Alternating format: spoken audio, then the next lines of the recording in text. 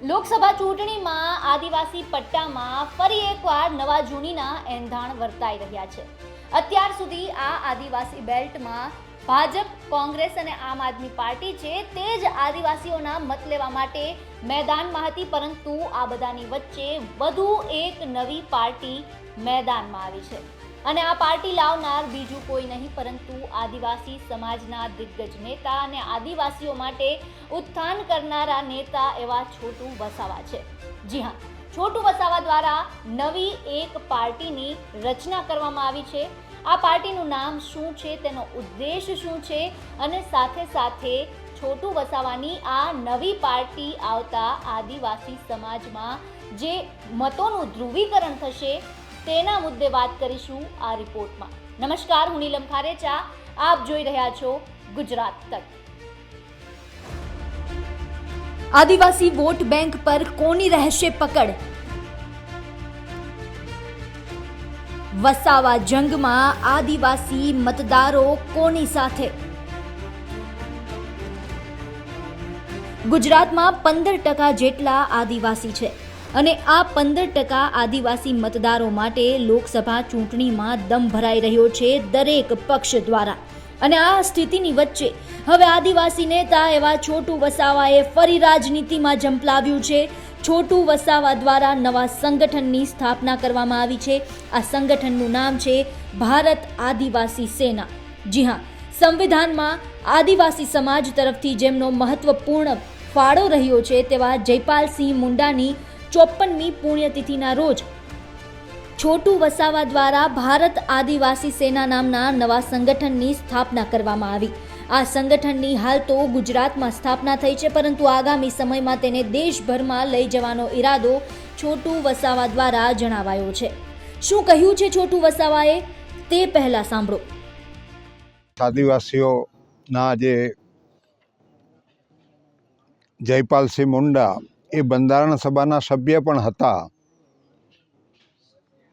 અને અમારા માટે સમગ્ર આદિવાસી ભારતના સમગ્ર આદિવાસીઓ માટે જે 5 શિડ્યુલ 6 શિડ્યુલ જેમને આ સંવિધાનની અંદર જેમને પ્રાવધાન કરાયું છે એવા જયપાલસિંહ મુંડાને આજે 54મી પુણ્યતિથિ હતી ને એ દિવસે અમારું એક સંગઠન જે ભારતમાં ભારત આદિવાસી સેના નામનું જે સંગઠન અમે આજે બનાવ્યું છે એની સ્થાપના કરી છે। સ્થાપના એટલા માટે કરવી પડે છે કે વિદેશી તાકાતો અને બીજી ઇન્ટરનલ જે તાકાતો છે ટ્રાઇબલને લૂંટી ખાવાની, એની સામે રક્ષણ કરવા માટે આજે અમે એની સ્થાપના કરી છે। અમે કોઈ પણ મોરચે એ લોકોની સામે લડી લેવા તૈયાર છે।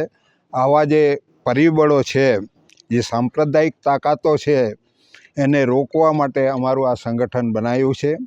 આવા ગધેડા ઘોડાઓની સરકાર અમને નથી જોઈતી, એની સામે લડત આપવા માટે અમે આ સંગઠન બનાવ્યું છે ને એ સંગઠન થોડા દિવસોની અંદર આખા દેશની અંદર અમે બનાવીને એનું જાહેરાત કરીશું। આજે અમે અહીંથી જાહેરાત કરી દીધી છે, એ ધીમે ધીમે આખા વિસ્તારોની અંદર ફેલાવશું ને અમારો આજથી ધર્મ, સંવિધાન અમારો ધર્મ છે, પ્રકૃતિ અમારું જીવન છે, એ નારા હેઠળ અમે આ લડત ચલાવવાના છે।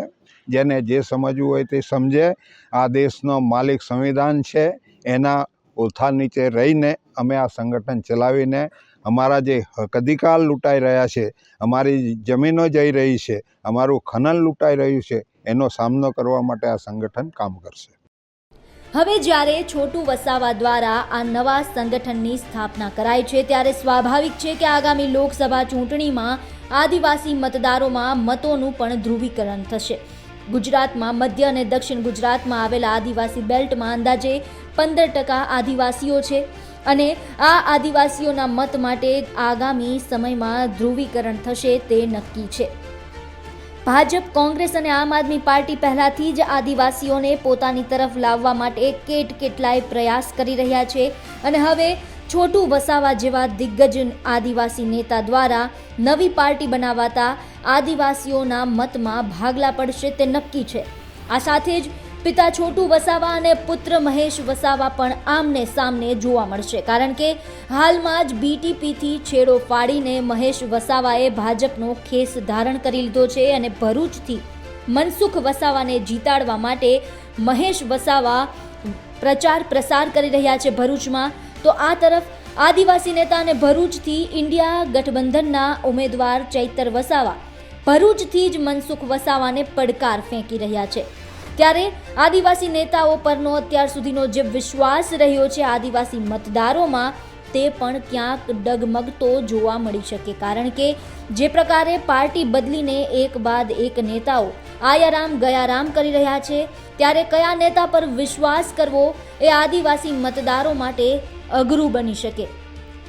જો કે અત્યાર સુધી આદિવાસી બેલ્ટ પર જે બીટીપીનો દબદબો હતો તે આદિવાસી બેલ્ટ પર હવે ફૂટ પડતા ભાજપ, કોંગ્રેસ સહિતના પક્ષ માટે એક્કો જમાવવો સરળ બનશે. પરંતુ આદિવાસીઓના ઉત્થાન માટે થતી રાજનીતિના અંતના અણસાર પણ આ પ્રકારના સમાચારથી નકારી શકાય નહીં. ત્યારે આગામી સમયમાં આદિવાસી બેલ્ટ પર કોનું પ્રભુત્વ વધશે અને લોકસભા ચૂંટણીમાં કયા પક્ષની આદિવાસી વોટ બેંક પર પકડ વધશે તે જોવું દિલચસ્પ બનશે. ભરૂચથી આ સમાચાર મોકલ્યા હતા અમારા સંવાદદાતા ગૌતમ ડોડિયાએ. તમારું શું માનવું છે આ તમામ આદિવાસી બેલ્ટને લઈને, જે હવે આગામી સમયમાં લોકસભા ચૂંટણીમાં જે મતોનું ધ્રુવીકરણ થવાનું છે તેને લઈને? તે અમને કોમેન્ટ બોક્સમાં જણાવો. સાથે જ આ વિડીયોને લાઇક, શેર અને અમારી ચેનલને સબસ્ક્રાઇબ કરવાનું ભૂલશો નહીં. અને આગામી લોકસભા ચૂંટણીના તમામ મહત્વના સમાચાર માટે અમારી સાથે જોડાયેલા રહો. નમસ્કાર.